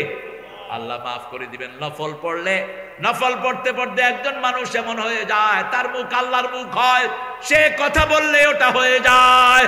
যেমন একজন আল্লাহর ওলি বলেছিলেন, আমরা আছি গাছের গোড়ায়, তোমরা আছো আগায়, বেশি তেড়িবেড়ি করলে একটু ঝাঁকি দিব, মামু বাড়ি দিল্লি গিয়ে পড়বা। হয়েছে কি হয় নাই?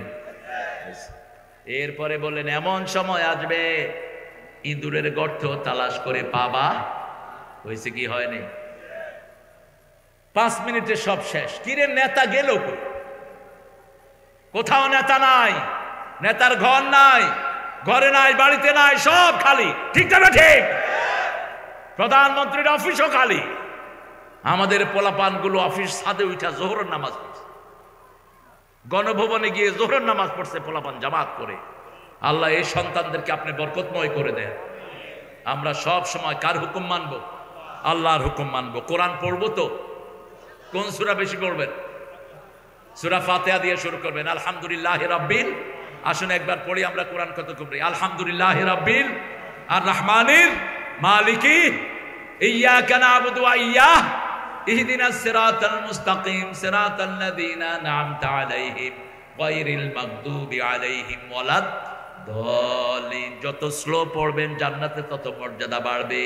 আল্লাহ বলবেন ইকরা ওয়ারাত্তিল ওয়ারতাকি, আস্তে আস্তে পড়ো আর উপরের দিকে যাও। জান্নাত হলো 100 তালা। কয়শো তালা? 100 তালা। কিন্তু সিঁড়ি আছে হাজার হাজার। যেমন 10 তালায় উঠতে 100টা সিঁড়ি লাগে। ঠিক না বেঠিক? কথা কন না কেন? 10 তালা উঠতে সিঁড়ি কয়টা? যেমন এখানে উঠলাম, সিঁড়ি কয়টা? 5টা। আপনি যখন 100 তালায় উঠবেন সিঁড়ি কয়টা থাকবে? হাজার হাজার সিঁড়ি থাকবে। আপনি যত স্লো পড়বেন জান্নাতে তত উপরের দিকে উঠবেন। আল্লাহ উঠার তৌফিক দান করুন। ওই যে দুষ্ট লোক তো আমাদের দেশে কম নাই। এক ছেলে নামাজে দাঁড়িয়েছে, 2 মিনিটে শেষ। তো লোকেরা বলল ভাই তুমি এত তাড়াতাড়ি? আল্লাহ তো সবই জানে, আমি শুধু মনে করে দিছি। আমি নিয়ত বেঁধে বলছি আল্লাহ সূরা ফাতিহা লিখে নাও, সূরা নাস লিখে নাও। আল্লাহু আকবার। এরকম দুষ্ট আছে না? নাই আছে এরকম দুষ্ট। না এরকম করব না। নামাজটা আমার জোট নাই। আমি যখন গুনাহ করব আমার সেলগুলো ভালো থাকবে, আমি যখন টানবো আমার শরীরটা ভালো থাকবে। কোরআনের সাথে শরীরের সম্পর্ক। এই জন্য আল্লাহ বলছেন সূরা বনী ইসরাঈল, অনুনাজ্জিলু মিনাল কোরআনে মা হুয়া শিফাউন ওয়া রাহমাতুল লিল মুমিনিন ওয়া লা ইয়াজিদুয যালিমিনা ইল্লা খাসারা। এটার ব্যাখ্যা লিখলেন নজরুল, যেন কানে শুনি সদা তোমার কালাম হে খোদা, চোখে যেন দেখি শুধু কোরআনের আয়াত শুনো।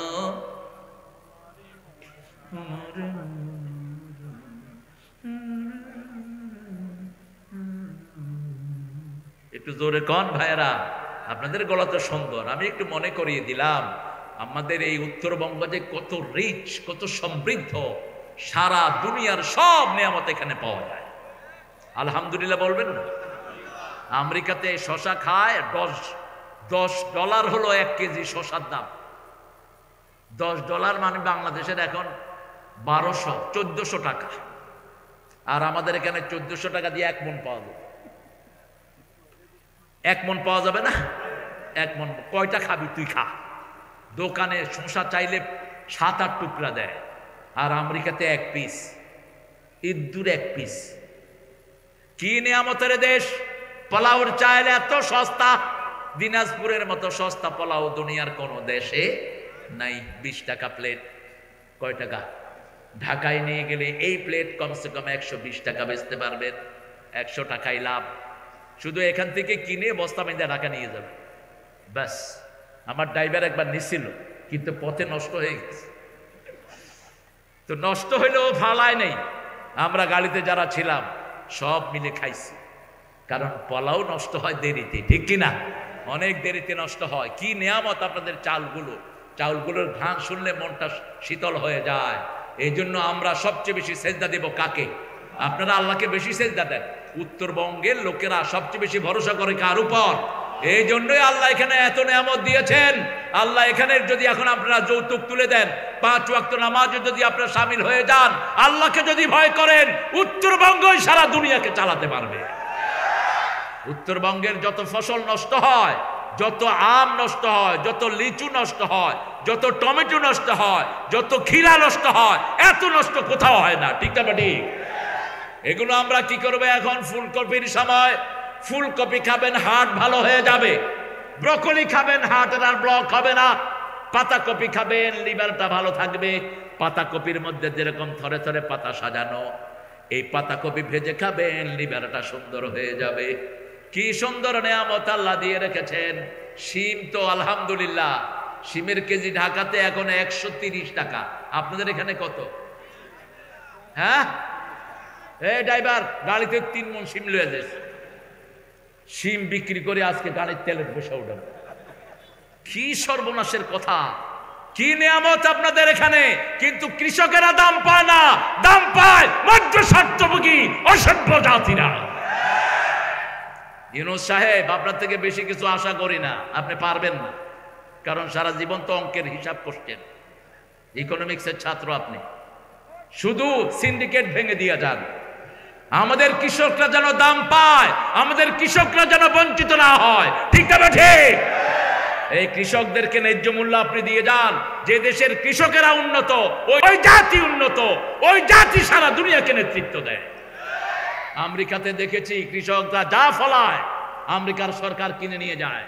হে man, what have you done? Hey man, look at it, I have cultivate the potato. আমি 100 বিঘাকে আলু লাগাইছি। বলছে তোর খরচ হয়েছে কবে? কত? বলছে 2 million. Okay, I am giving you 4 million. Done. তোর 2 মিলিয়ন খরচ হয়েছে, আমি 4 মিলিয়ন তোকে দিচ্ছি, তোর সব আলু আমি নিয়ে গেলাম। কৃষক সারা বছর আনন্দে ঘুরছে।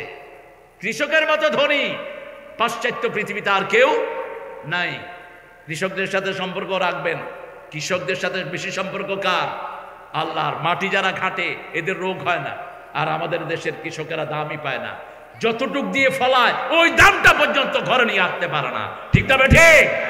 এই দোষ হলো সব সরকারের। বসে বসে উঁদুর মারে, টাকাগুলো চুরি করে পাচার করে এক এক নেতা। আমিও তো ক্যাম্পির পোলা, আমার বাপ তো টিনের ঘর পাকা করতে পারে না এমপি হইয়া। তোরা এত পয়সার মালিক হলি কেমনে? ওনার কাজের ছেলে 400 কোটি টাকার মালিক কেমনে? কিভাবে আসে টাকা? এই সব গরিব মানুষের টাকা, ঠিক না ঠিক? একটা হিসাব মতে জানা গেল, যত টাকা বিগত 20 বছরে দেশ থেকে বাইরে গেছে, এই টাকাগুলো যদি আমার দেশে থাকতো, কোনো মানুষের অভাব থাকতো না। আপনি চিন্তা করেন, শুধু এসালাম এই গ্রুপটা, ডাকাত গ্রুপ, ইসলামী ব্যাংক থেকে 80,000 কোটি টাকা নিয়েছে। 80,000 কোটি লুট করেছে। আইবিএল এর ম্যানেজার আজকে আমার সাথে এখানে দেখা করলো, তাদের ব্যাংক থেকে নিয়েছে 26,000 কোটি টাকা। 2 ব্যাংক থেকে 1,20,000 কোটি টাকা নিয়ে গেছে। 1,06,000। এখন আপনারা চিন্তা করেন, যদি এই আপনাদের এই জেলার নাম কি? জেলা দিনাজপুর জেলাকে যদি 100 কোটি টাকা, 100,000 কোটি টাকা দেয়া হয়, কোন গরিব থাকবে? কথা কন না কেন? হিসাব করে ক্যালকুলেট করে নিবেন। প্রতি গরিবের ভাগে প্রতি মাসে 50,000 টাকার বেশি পড়বে। সারাদিন খাটতে খাটতে গরিব শেষ। অটো চালাইতে চালাইতে আমার শিক্ষিত যুবক চেহারা দেখলে কি সুন্দর মনে হয়। অটো চালাচ্ছে, কোনো কাজ নাই, সারাদিন চালিয়ে 100 টাকা নিয়ে ঘরে আসে, 500 টাকা নিয়ে ঘরে আসে, ঠিক না ঠিক? এরপরে পুলিশের চাঁদাবাজি তো নাই? হ্যাঁ আছে। এতদিন একটু অফ ছিল, এখন আবার শুরু করেছে। রাস্তায় কি মন খারাপ। আমি গাড়িতে জামে দেখি যে সার্জেন্ট গাড়িতে বসে রয়েছে। আমি বলি, কি খবর? সার্জেন্ট কিরে? কয় হারাম খেয়েছো যারা, ভেগেছো তারা, ঠিক না ঠিক? শিক্ষা গ্রহণ করস না কেন? তোদের পুলিশের কনস্টেবলের বেতন তো এখন কম না, এগুলো হালাল কর। প্রত্যেক কনস্টেবলের জন্য রেশনের ব্যবস্থা আছে না নাই? আমরা আরো দেব। দেশ যদি শান্তিপ্রিয় হয়, আমার ভাইরা দিতে কোনো আপত্তি নাই। এখন আমরা ইমামের বেতন যেন বাড়াতে পারি, আল্লাহ তৌফিক দান করুন। ইমামের বেতন যতদিন বাড়বে না, নামাজে মনোযোগী হতে পারবেন না।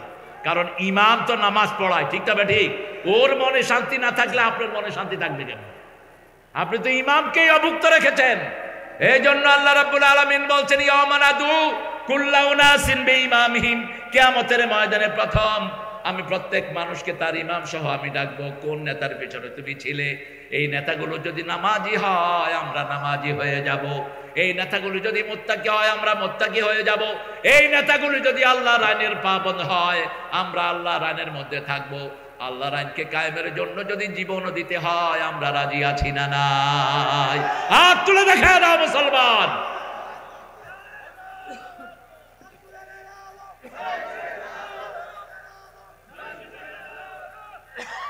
এত আস্তে, জোরে বলেন তো আল্লাহু আকবার, আল্লাহু আকবার।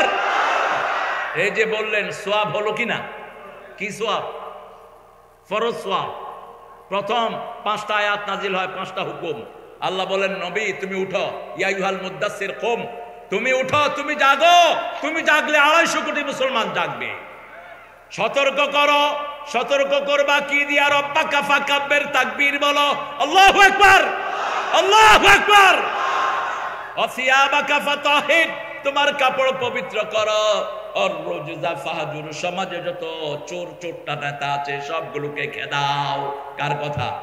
আল্লাহর কথা। সেজন্য কোরআন হাদিস যেখানে আমরা আছি সেখানে কোরআনের আমল দিয়ে সব সময় আমলনামা ভরবো। যখনই জিকির করবো আগে সূরা ফাতিহা, তারপরে সূরা ইখলাস, তারপরে কুল হুয়াল্লাহ, তারপরে সূরা ইন্না আতাইনা কাল কাউসার। এই 3টা সহজ সূরা পড়বো। রাজি আছি তো? প্রথম পড়বেন কোনটা? আলহামদুলিল্লাহ। দ্বিতীয় কুল হুয়াল্লাহু, তৃতীয় ইন্না আতাইনা কাল কাউসার। একটা পড়বেন অর্ধেক কোরআনের সওয়াব, আরেকটা পড়বেন 10 পারা সওয়াব, আরেকটা পড়বেন 5 পারা সওয়াব। আমলনামা সওয়াবে ভরপুর হয়ে যাবে। আর যখন ঘর থেকে বের হব, তাওয়াক্কালতু আলাল্লাহ, বিসমিল্লাহি তাওয়াক্কালতু আলাল্লাহ। আল্লাহ আমাদের সবাইকে কবুল করুন, জোরে বলি আমিন। প্রিয় ভাইরা, আপনারা খুশি না বেজার? খুশি যদি হন এই প্রতিষ্ঠানটাকে আমরা কিছু দান করে যাব। রাজি আছি তো? এটা এতিমখানা। কি খানা? এতিমখানা। রাসূল বলছেন যারা এতিমকে আদর করে, এতিমের গার্জিয়ানশিপ নেয়, তারা এইভাবে আমার সাথে জান্নাতে থাকবে। কাফিলুল ইয়াতীম হাতাইনি ফিল জান্নাহ, যারা এতিমকে দেখাশোনা করে এইভাবে তারা আমার সাথে জান্নাতে থাকবে। নবীদের মধ্যে সবচেয়ে বড় এতিম ছিলেন কে? কে? মুহাম্মদকে আল্লাহ এতিম বলে ডেকেছেন। ওয়া আম্মাল ইয়াতীমা ফালা তাকহার আলাম ইয়াজিদকা ইয়াতীমান ফাআওয়া ওয়া ওয়াজাদাকা দাল্লান ফাহাদা। হে নবী, আপনাকে এতিম পেয়েছি, আপনাকে আমি হেদায়েত দিয়েছি, আপনাকে নিঃস্ব পেয়ে বিশ্ব দিয়েছি। কোন এতিমের সাথে দুর্ব্যবহার করবেন না। ও আম্মাল ইয়াতীমা ফালা তাকহার ওয়া আম্মাস সাইলা ফালা তানহার। কেউ যদি চায় কিছু, ঝিড়কি দিয়ে কথা বলবেন না, মাথা নাড়াবেন না। ভিক্ষুকের জন্য মা বাপের জন্য একই শব্দ আল্লাহ ব্যবহার করলেন। মা বাপকে বললেন লা তানহার হুমা, আর ভিক্ষুকের জন্য বললেন ফালা তানহার। এজন্য আমরা এখানে যারা এসেছি ভাইরা বোনেরা, আমরা প্রত্যেকেই কিছু না কিছু দান করে যাব। এতিম কয়জন আছে এখানে? 32 জন এতিম। যদি চান কেউ এক একজন এতিমের দায়িত্ব নিয়ে নিতে পারেন। 32 জন ভাই 32 জন এতিমের দায়িত্ব নেন, অথবা প্ল্যান করেন 1 বস্তা চাউল দিয়ে যাবেন। আপনারা যদি 12 জনে 12 বস্তা দেন তাদের বছর চলে যাবে। 10 বস্তা করে 10 কেজি করে ডাল কিনে দিয়ে যাব। এতিমের যারা খাওয়ায় আল্লাহ রাব্বুল আলামিন নিজে তাদের দেখাশোনার দায়িত্ব নেন। এতিমের মাথায় যারা হাত দেয়, মাথার নিচে যতগুলো পশম, এত পরিমাণ সওয়াব আল্লাহ তাদেরকে দান করে দেন।